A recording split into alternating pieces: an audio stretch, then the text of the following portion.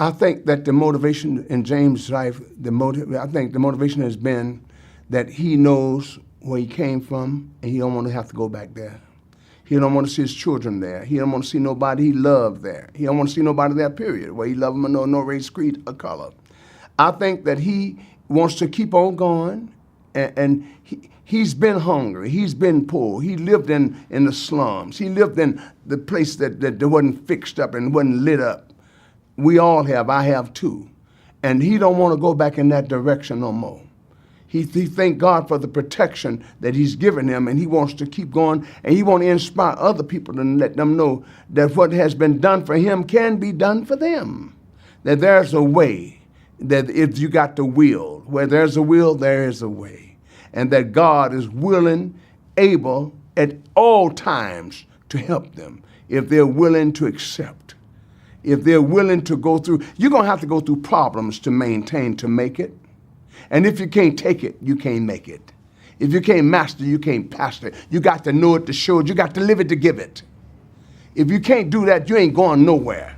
You understand me? And James Brown has mastered that, you know, and he's the old man now, the same as I am, but he's full of wisdom, full of wisdom. And I want his young wife to take some of that wisdom from that old daddy and get some of that young power from that young mama, James. And it works, you know, so you just keep on going. And he is a good man. And a lot of people, he got to call him Mr. Brown. Well, he had to call all white people Mr. When he was a little boy. You had to call everybody Mr. If I walked up to a man, he could be 15 years old. And the first thing that white man would say, Richard, this is Mr. Johnny. And he was 15 years old and you 20. This is Mr. Johnny. So they just get mad at me. Richard, meet Mr. Sam. I said, ain't no Mr. Sam. That's old Sam. They say, you better watch it, boy.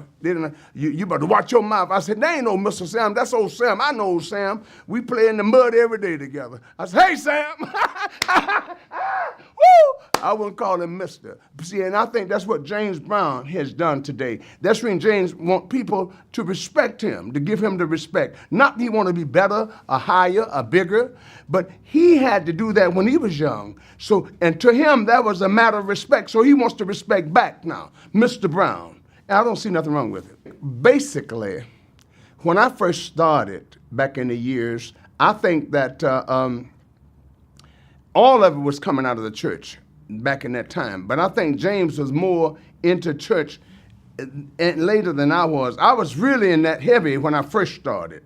I was just like you hear Aretha today. I was saying the words would be a blues, but the music was gospel. You know, but James really had that gospel thing.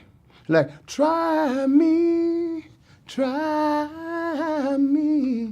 oh my darling, you're the one, I need you, hold me. You know, he was in that gospel type thing there, you know. But, and he's always been James is good in whatever he do. If he's saying gospel, he's great. If he's saying blues, he's great. If he's saying rock, he's great. But I never heard James really rock. I know he can. He can do anything he wants to. But he whatever he does, he puts his whole heart in it. And he was before all of, he's the foundation of rap music. You know, he is rap, you know. So they took us to a little town called Toccoa, Georgia. And we got to Toccoa, and they took us to a little prison outlet, like for people that had been locked away. And we played for them, and although we wasn't famous, but we played for this association there. And when I played, then a group came up to me, Sylvester, Johnny, Tara, and Bobby Bird, and James, and he said, we're the Famous Flames. Now, they ain't never recorded for nobody, but they said, we're the Famous Flames. They called themselves famous. And so what they did was they wanted to do a song on my show.